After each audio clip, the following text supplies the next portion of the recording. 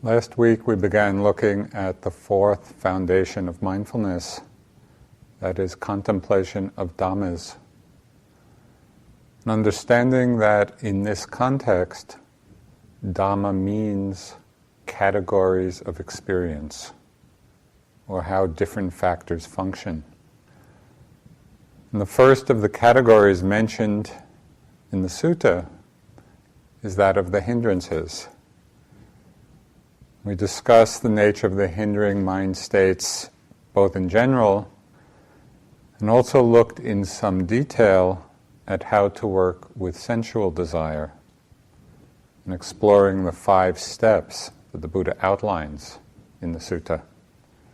That is, knowing when the hindrance is present, knowing when it's absent, knowing the conditions that lead to its arising, knowing the conditions that lead to its removal, and knowing the conditions that prevent future arising. So these 5 steps are repeated with each one of the hindrances. All of these steps further our understanding of the conditioned, selfless nature of phenomena. That is, things arise when the appropriate conditions are present for their arising. And they pass away when those conditions change. It's deepening insight into the experience that there's no one behind, there's no self behind this passing show. Tonight I'd like to continue the discussion with regard to aversion, which is the second of the hindrances, highlighted by the Buddha for our investigation. So what is aversion, and how do we recognize it when it's present? The Pali word for aversion is patigha, which literally means striking against. So Bhikkhu Bodhi elaborates on this meaning, and he calls it the attitudes of mind of resistance, of rejection, of destruction. That is all different aspects of the condemning mind, the mind which is condemning in one way or another the present object. And as we know from our experience, it includes a wide range of aversive states. In the most extreme form, it includes violent rage and hatred. It includes anger, ill will, animosity, annoyance, irritation, fear. And in a much more subtle way, it also includes the mind states of sorrow and grief. There is a component of aversion in those states as well. For me, there's something of interest here as we contemplate the English usage of some of these words. In the Abhidhamma, hatred, the Pali word is dosa, and aversion are used synonymously. And so all of the aversive manifestations from that perspective are rooted in dosa, are rooted in hatred, which is one of the 3 unwholesome roots. But in English, we usually reserve the word hatred for an intense hostility or an extreme dislike. So how do we reconcile these 2 understandings of what hatred means and how it's used? I think there's an insightful but perhaps not obvious understanding in the mind when we consider that even the milder forms of aversion, the ones we're more familiar with, are actually rooted in the more powerful underground force of hatred. And we see this erupt. We see this underground force which usually we're not connected with. except as it manifests in its more mild forms. But we see this underground force of hatred often erupt in times of war, or racial or ethnic or gender violence, or even just in intense interpersonal conflict. How annoyance, irritation, dislike can suddenly be transformed into rage or into hatred because it's rooted in that mental factor. But as powerful as this underground force is, it's the power of mindfulness that lets us look clearly and deeply into our own minds. And through the power of that mindfulness, we begin to weaken and finally uproot the very deepest tendencies. So a quotation by Carl Jung expresses this so well. He says, "One does not become enlightened by imagining figures of light, but by making the darkness conscious. The latter procedure, however, is disagreeable and therefore not popular." So really what we're doing here is illuminating the shadow side of our mind, the aspects that we don't usually see. The underground, the latent tendencies in which the milder forms of aversion are rooted. So in these first two steps of contemplation of dhammas, we acknowledge whether aversion in any of its forms is present in the mind. We acknowledge when it's not present. In the third step, we go on to contemplate or be mindful of the conditions that lead to the arising of aversion. Now, all of these various aversive states are conditioned reactions to what we find unpleasant. We're rarely aversive to the pleasant. It's a conditioned response to what we don't like. And just as an untrained mind becomes entranced by pleasurable experiences, we like it, we want it, we enjoy it, we want more of it, in the same way we become dissatisfied or angry or fearful with unpleasant experiences. Now this is very easy to see and to notice and observe in relationship to physical pain. Now, what is the first reaction in the mind when we experience pain? Often there's dislike. We don't usually welcome it. There might be fear, there might be discouragement, contraction, frustration, impatience.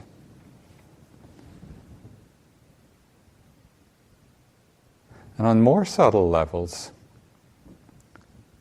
as our practice evolves and we get better at being with pain, in an equanimous way, we might think that we're open, we might think that we're accepting, that we're being mindful. And yet sometimes the very language we use to describe our experience in a way that we consider quite objective is actually just furthering a subtle aversive reaction. I'll give you an example. One of the times when I was in Burma and practicing, I'd been there for a month or so, and the practice, my mind was getting concentrated, my body was opening, everything was flowing, the energy felt good. The whole body felt open and flowing except for one spot. This knot in my neck. And I'd be working it, and I'd be bringing the mindfulness to it, and so I go in to report this to Sayadaw Pandita. It says, the whole body's open, the energy's flowing, but there's this one energy block. And he got on my case a bit for calling it a block. Because just in that languaging, the word itself, as he pointed out, contained desire and aversion. Block, something we want to get rid of, something else we want to open it. And so even though I thought I was describing it objectively, it was actually just strengthening those subtle reactions. The actual experience was one of tightness. Tightness. And from the perspective of mindfulness, tightness and tingling are equal.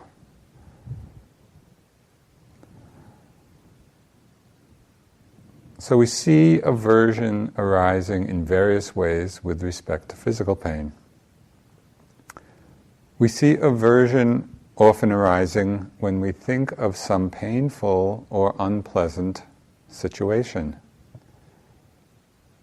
Now we can think of someone or some event that's been difficult, and we can get angry just thinking about it. But in that moment, we're actually just getting angry at a thought. One of Munindraji's favorite lines was, "The thought of your mother is not your mother. It's a thought." And yet, whether it's one's mother or anybody else, the thought comes and it can stir all kinds of reactions.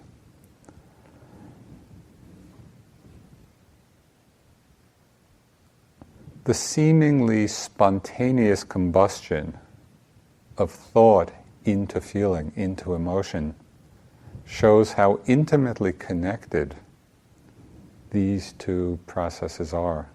Thought and emotion so condition each other. The more often we can see this conditioned relationship over and over again, it helps us weaken our attachment to, weaken our identification with the emotional reaction. So we've all had the experience of thinking of some past event or person, and it's stirring something up in us. What's even quite more remarkable is that the same process can happen about some anticipated future event. Something that has not happened, that we only imagine might happen. We have these thoughts, and depending on the situation we're imagining, again, it can cause tremendous agitation. I had such a striking experience of this.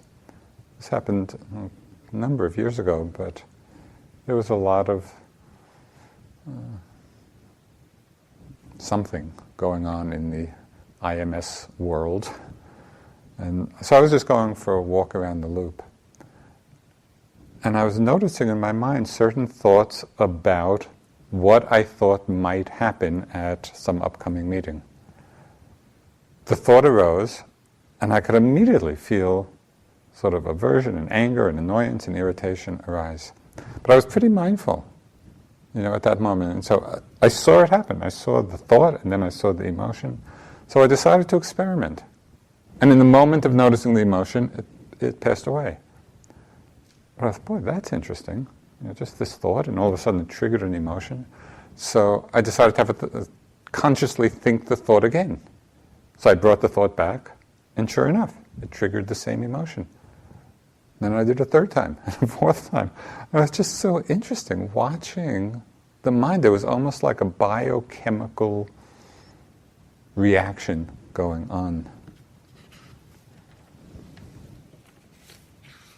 In one sutta, the Buddha talks of ill will and malice being stirred by 9 kinds of thoughts. The Buddha is so good at just analyzing everything, in great detail. So what are the 9 kinds of thoughts that can stir ill will or malice in us? It's the thought that someone in the past has done me injury. Someone in the past has injured someone I love. Or someone in the past has done something good for somebody I dislike, for an enemy. And that can get us angry. Okay, somebody's harmed me, harmed a loved one, done something good for an enemy in the past, and then same thing for the present, same thing for the future. 9 kinds of thoughts.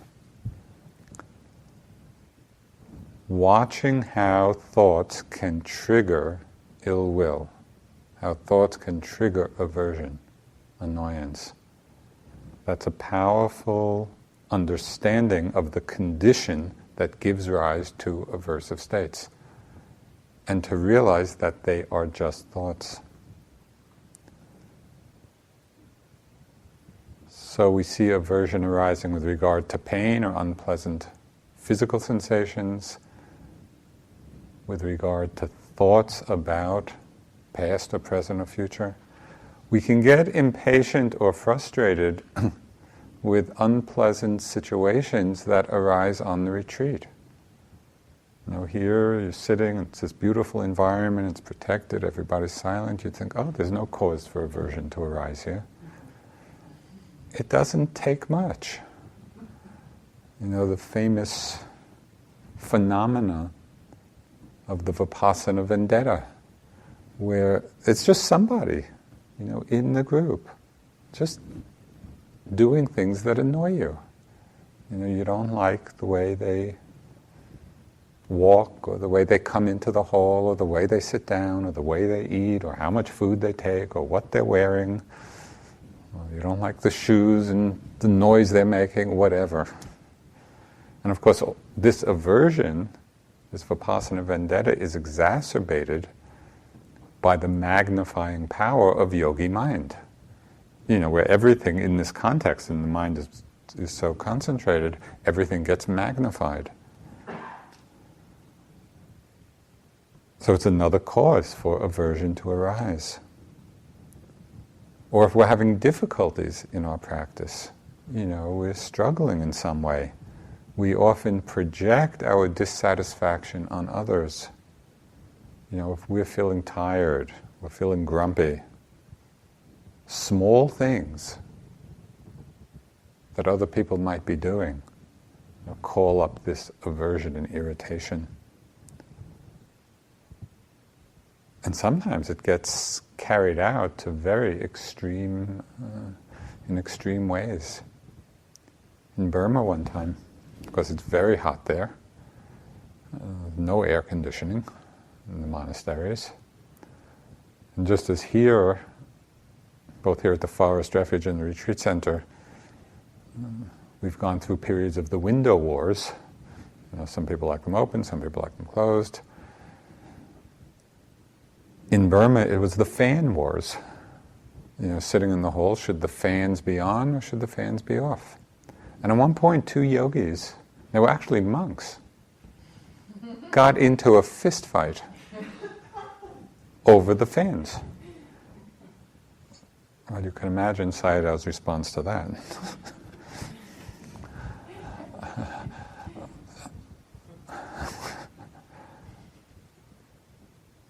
Aversion arises when we personalize difficult situations that are impersonal, not even ones that in one way or another are directed at us, but totally impersonal situations can cause aversion to arise. And we see it in the world a lot. You know, you go to the airport 2 hours early and your flight's canceled, you know, or you're stuck in traffic, and the mind begins to get agitated. In one of my travels, again this happened quite a few years ago, Sharon and I were teaching in England, and we were staying in this hotel in London. And it was a reasonably nice hotel, and you know, we were pretty comfortable. And then at 2 o'clock in the morning, the fire alarm goes off, and this clanging noise, you know, and so everybody has to go down to the lobby of the hotel, and it was interesting to see how people went down and what they brought with them. You know, and there was a wide range. Some people were just in kind of their pajamas or nightgowns with a robe, and some had gotten dressed, and some, you know, had their valuables, some didn't. It's okay. The first, you know, it happened. It was not exactly a desirable event, but there was a little bit of excitement to it, and interest, and it was the first time that had ever happened. The next night, the exact same thing happened. People's minds, including my own, were a lot less charitable.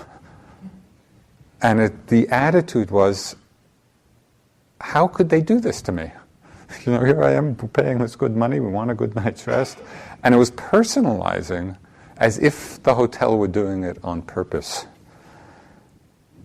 Even though rationally one knows that's not the case, emotionally something gets stirred. So these are some of the conditions that we can see lead to aversive reactions. And they can all be summed up in one very simple understanding. Aversion arises when we don't get what we want. And so I had this image, of this little kid somehow being frustrated in their desire of not getting what they want, and this little kid screaming, "I hate you!" Well, we've muted the cry a little bit as adults, but it's actually the same mind state. And it's interesting to see that, and to really look back at the root of aversion within ourselves, in all of its different forms, whether intense or mild, and to see that it really is rooted in dosa, rooted in hatred, even though the manifestation may not be that strong. So the next instruction in the sutta is knowing the conditions for the removal of the hindrances. Not only knowing the conditions for their arising, but how do we work with them once they have arisen? Of course, the first and most direct approach is simply being mindful. Not judging the aversion, not judging oneself for having it. Simply opening to it as an arisen mind state.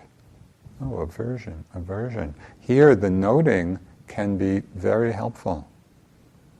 Where we note ill will, we note anger, we note frustration. We note discouragement as soon as these different states arise. And it might be interesting to use the noting as a tool here to keep noting it until the state disappears. And actually see how many notes it takes. Anger is arising, or frustration, anger, anger, anger, anger. Does it take 5 notes? Does it take 20 notes? Does it take 100 notes? Does it take 1,000 notes? If you keep noting it, at some point, that mind state, that aversive mind state will change. And to see very clearly, however many notes it takes, to see very clearly that it is an impermanent state is a tremendously liberating insight. Not to know it intellectually, but to actually see it, track it, and notice the moment when it changes. An image I have it's something like, these aversive states, these aversive emotions arise in the mind. It's like a cloud. They're not as delimited as a thought, which has a clear beginning, middle, and end. Emotions are much more amorphous. And for that reason, they're often harder to really be precisely mindful of. So I see the noting, it's almost like poking holes in this cloud of anger. This, what's the word, miasma of ill will.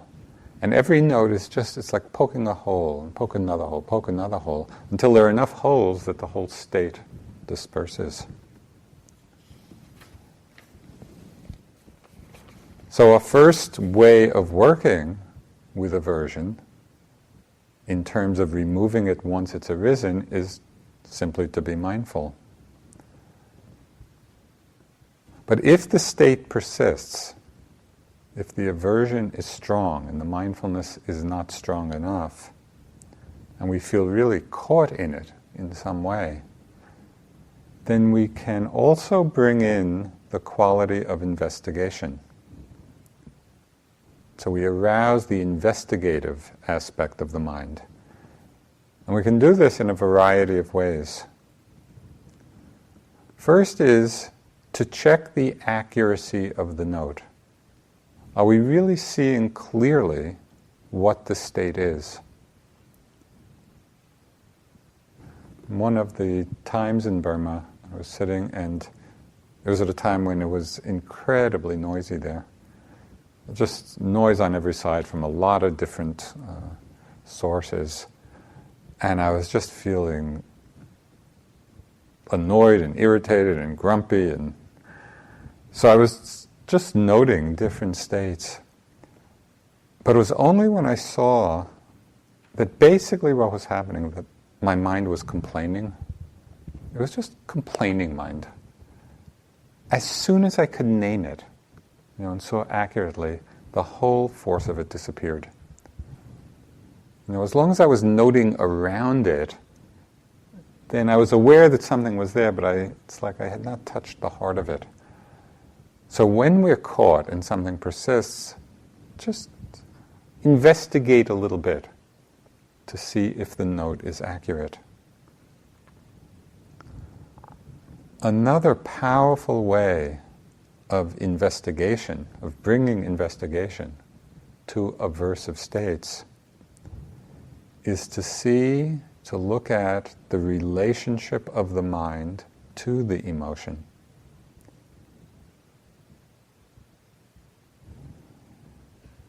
Again, I had a very strong experience of this. This also happened many years ago. I was on retreat at the retreat center. Actually, it was a time off retreat when I was just teaching there. And there was some meeting and something happened, and somebody did something that made me incredibly angry. I'm more on the greed type rather than the anger type. So strong anger like that doesn't usually arise, and not that often. But this was powerful.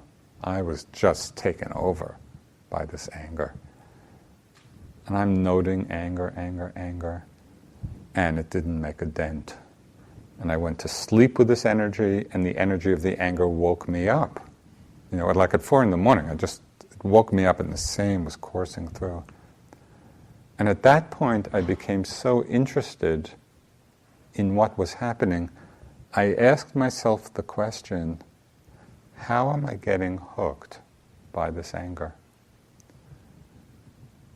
Now that was a very important move, because in asking the question, how am I getting hooked, I was no longer looping back to the situation.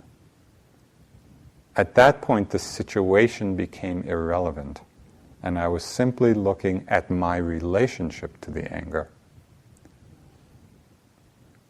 As long as our mind loops back to the situation, we think of the situation, we get angry, it makes us think of the situation again, we get angry, we're caught. As soon as we step out of the loop and are investigating our relationship to the anger, that's where a place of freedom can be. And what was interesting was that it wasn't even coming up with an answer to that question. So it's not like we ask the question in order to get a printout of an answer. It's simply by asking the question, we have already shifted our perspective. And that's what was so freeing in the mind.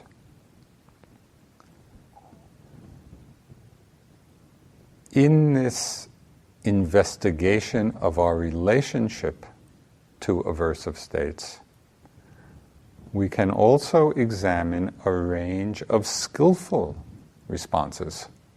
There's not just one skillful relationship we can have with anger or ill will. And we need to find the response, the relationship that's appropriate to our own conditioning.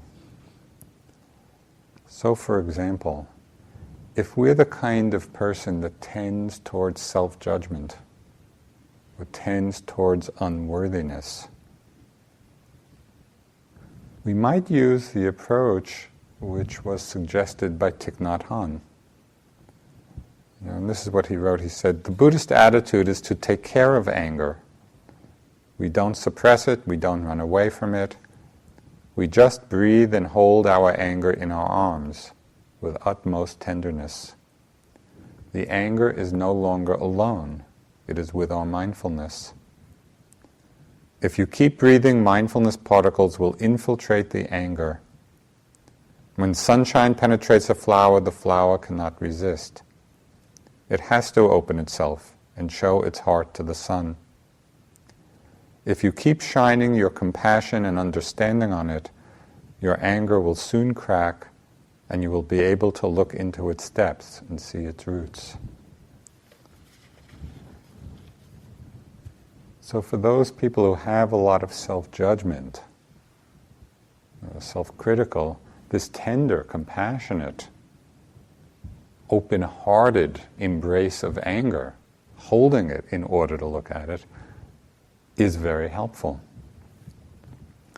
On the other hand, if we're the type that tends to self-indulgence or self-pity, it might be more appropriate to use the Sayadaw Upandita method, of the warrior mode, pulverizing the defilements, show them no mercy, taking our sword of wisdom and attacking the defilements and cutting their heads off, and that whole approach. For people of the self-indulgent type, with very repetitive patterns coming up, sometimes this very strong response is very helpful. Instead of the all-embracing yes, we have the very firm no. Enough. A good note I found helpful is dead end. This is not going anyplace. I don't need to do this. Again, it's not that one of these approaches is right and one is wrong. It depends on our own conditioning and it depends on the kind of space we're in. It's to know that there is a range.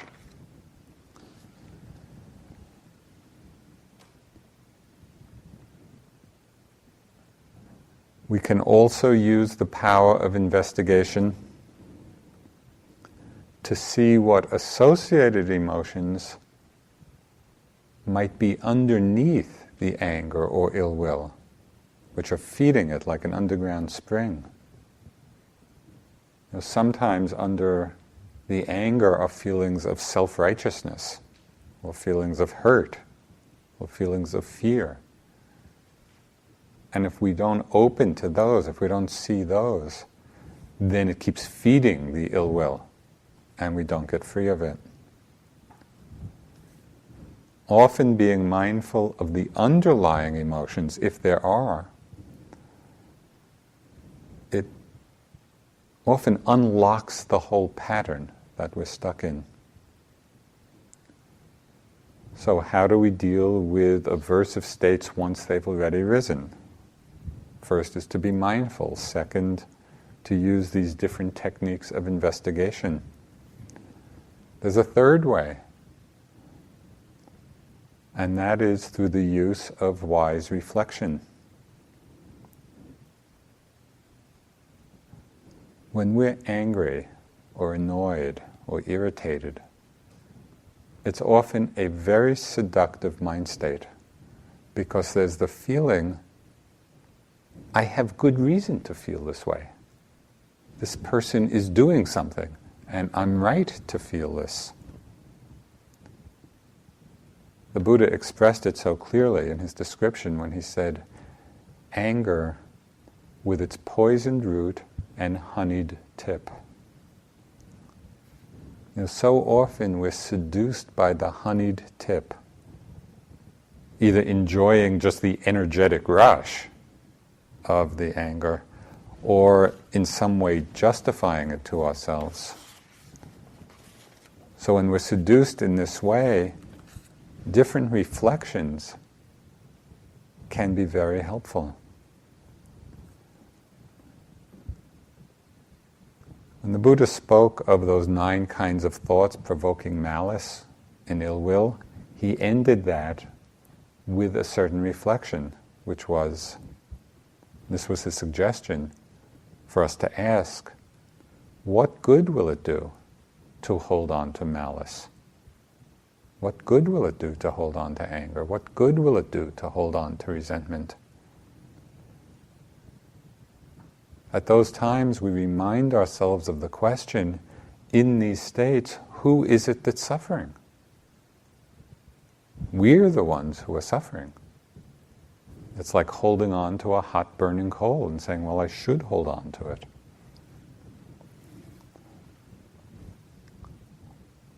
There's a famous verse from the Dhammapada, which I'm sure you're all familiar with. It says, he abused me, he beat me, he defeated me, he robbed me. Those who harbor such thoughts do not still their hatred. So we have to see that hatred or anger or annoyance or whatever is our own responsibility. And it's possible for us to free ourselves from identification with these states.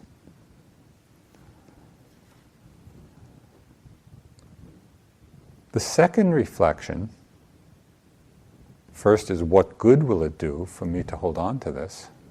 The second reflection is reminding ourselves of the reference point of our practice.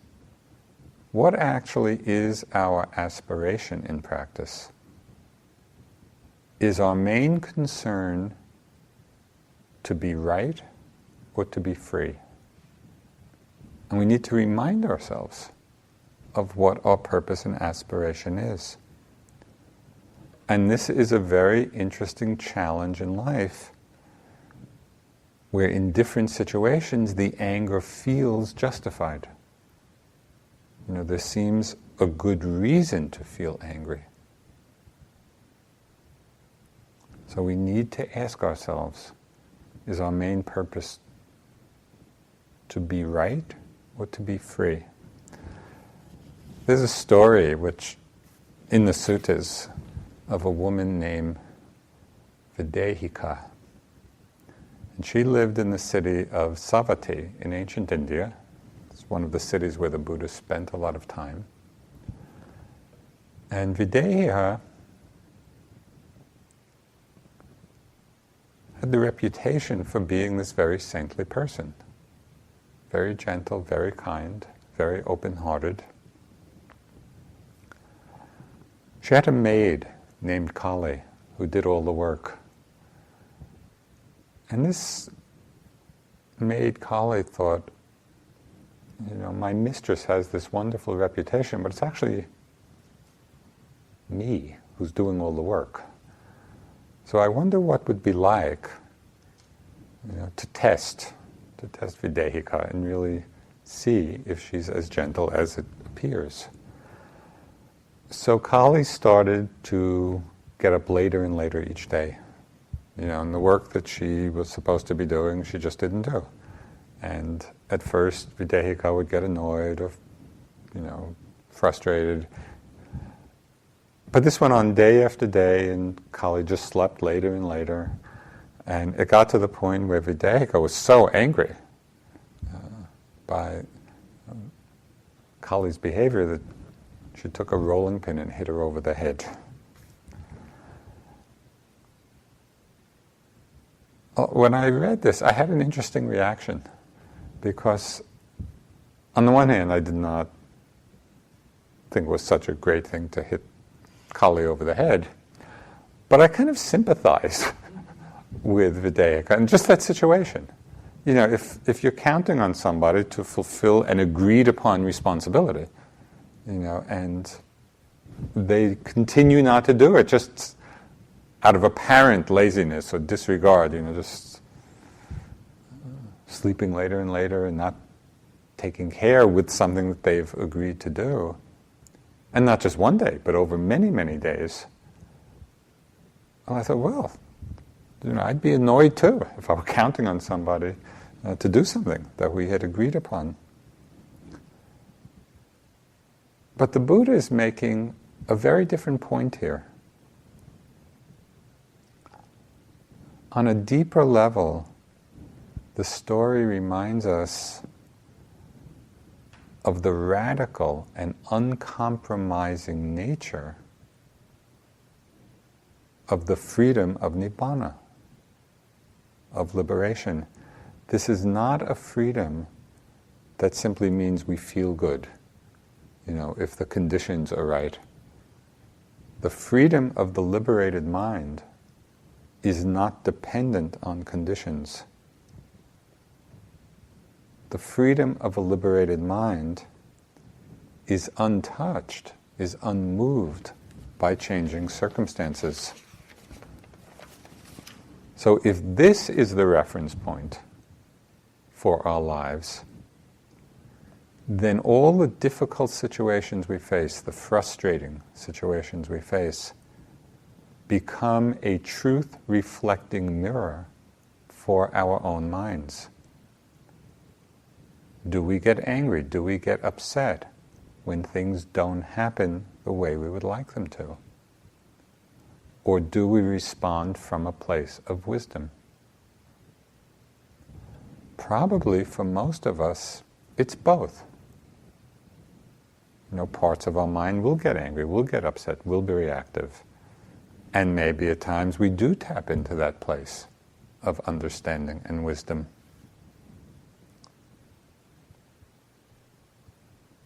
If we're mindful when the aversive reactions arise, and not only simply be mindful of our own reactions, but even see when there's some important message contained within that reaction, because often there is. We see something, we see an injustice, for example, in the world, and we have a reaction to it. Contained within the reaction is this message: this is wrong, I should do something about this. But if we can reflect on the nature of freedom and not hold on to the anger or hatred, then it's possible to actually take appropriate action from a place of peace. So this is the challenge. It's not easy to do.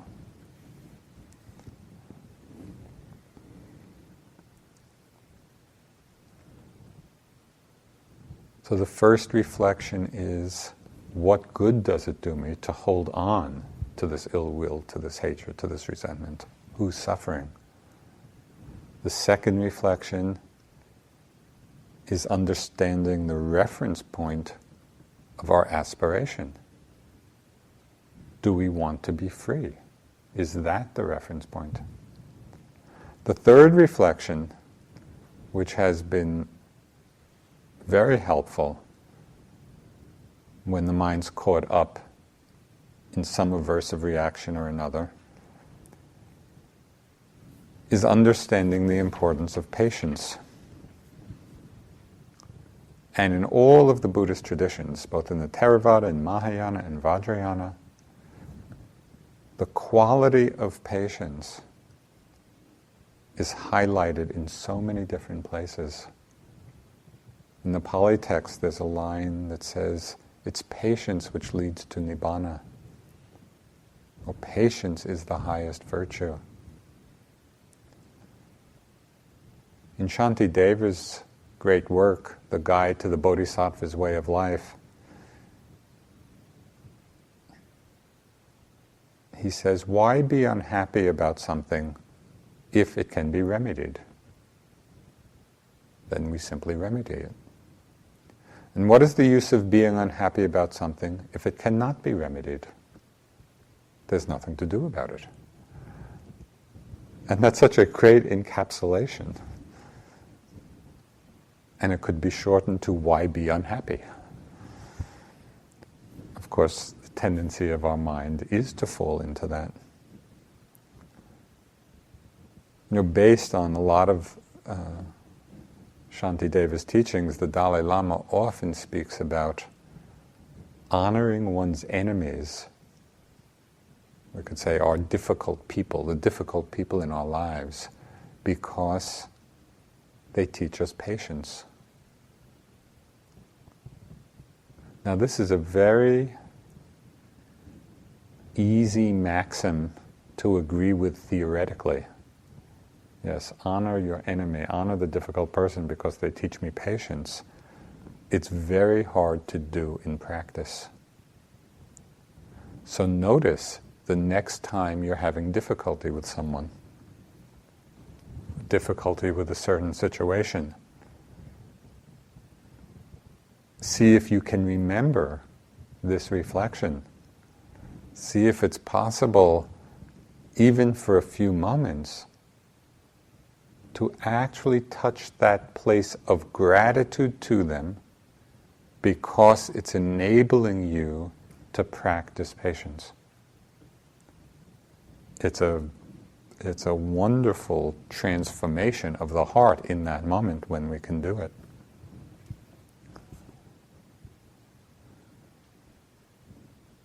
This reflection helps us loosen our attachment to our own point of view. Just opens us to holding things in a bigger context.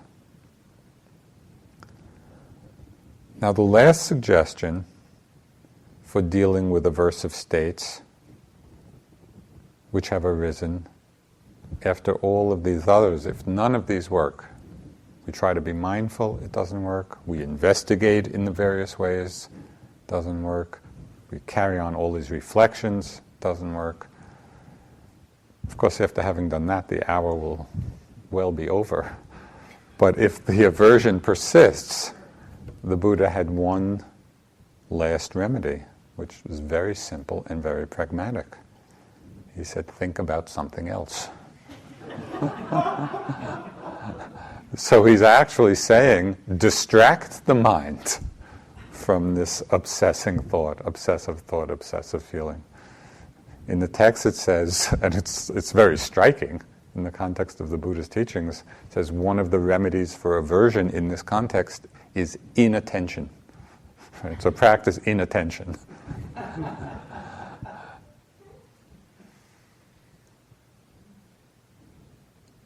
It's actually something to do, and I've been practicing it in these last few days about something. Instead of having the mind just go to the same thing over and over again when there's really nothing quite to do about it, just don't think about it. Think about something else.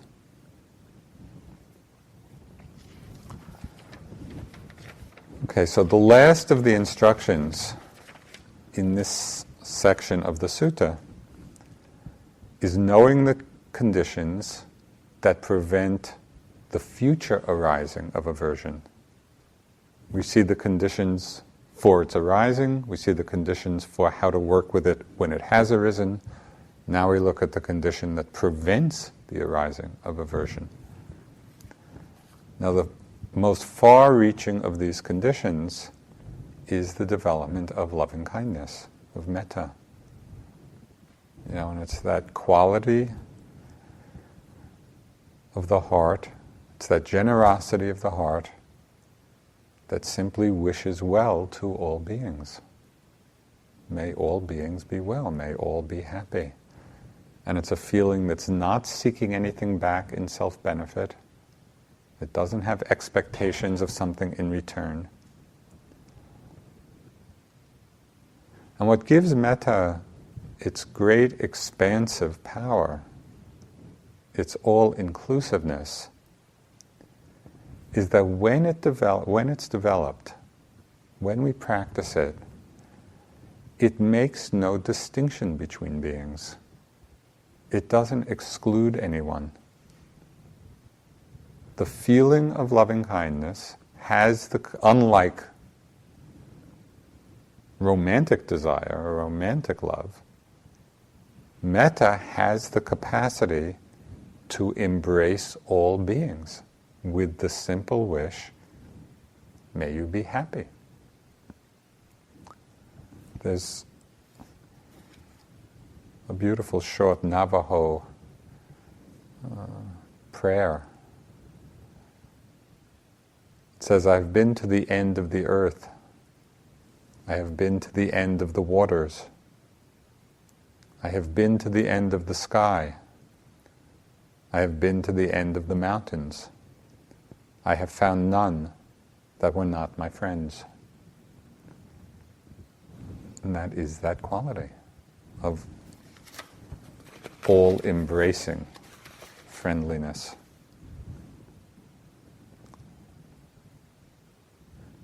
Metta helps prevent the arising of aversion, because when it's well practiced, or when we are practicing it, it's focusing on the good in people rather than on their faults. You know, our mind for some reason has such a tendency to highlight the faults of others. And of course that stirs aversion. If we can retrain our attention so that it's focusing on the good in others,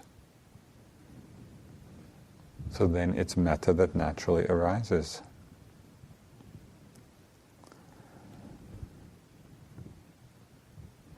Metta, or loving kindness, does not easily turn into ill will or jealousy, because metta as a heart space is not dependent on people or situations being a certain way.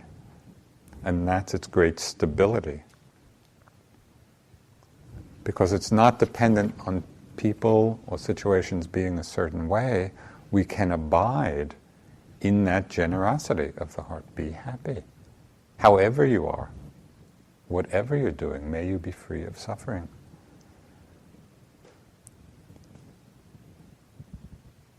Sometimes people think that if we have too much metta, or we're always focusing on the good in others, that it makes us stupid in some way.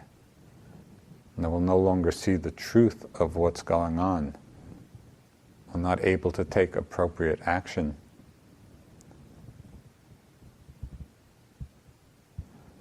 But it's actually the mind that's not clouded by anger or hatred that allows us to see situations clearly and to chart the right course of action. Even in very difficult situations, the anger, the hatred, the ill will does not help.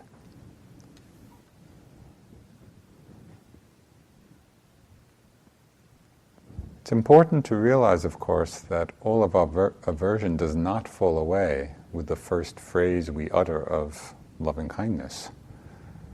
The Bodhisattvas spend years, even lifetimes, cultivating and purifying this quality of the heart.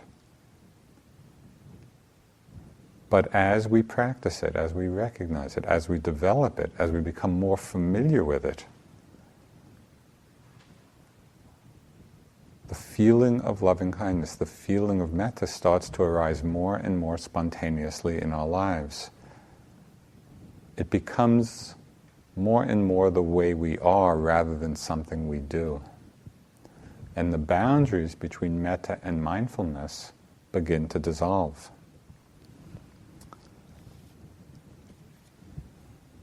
Someone once asked Dipa Ma whether she should be practicing mindfulness or loving kindness. Dipa Ma answered, "From my experience, there is no difference." For her, love and awareness were one. When you are fully loving, aren't you also mindful? And when you are fully mindful, is this not also the essence of love? And I think for all of us, as we do both formal practices, we begin to see that the qualities begin to merge together. That when the metta is there, we're mindful. And then when the mindfulness there is that feeling of love.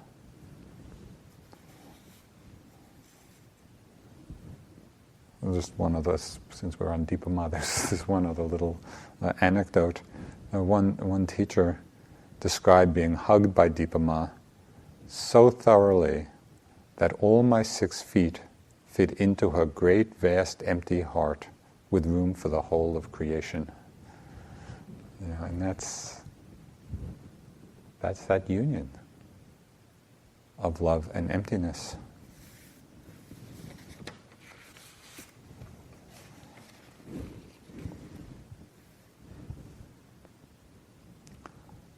Here is where metta, as a dissolver of aversion, also becomes the ground for wisdom.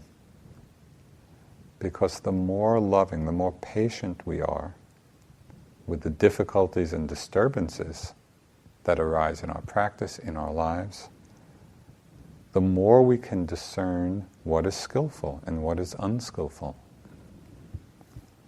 We're not so lost in our immediate reactivity.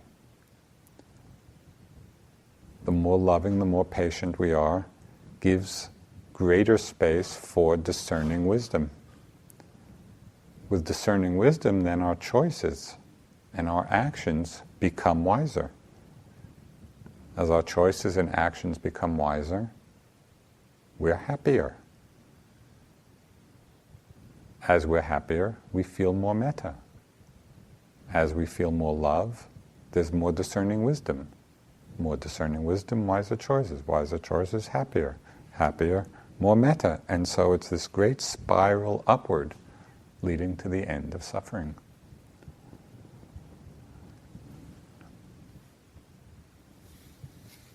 So I'd like to close with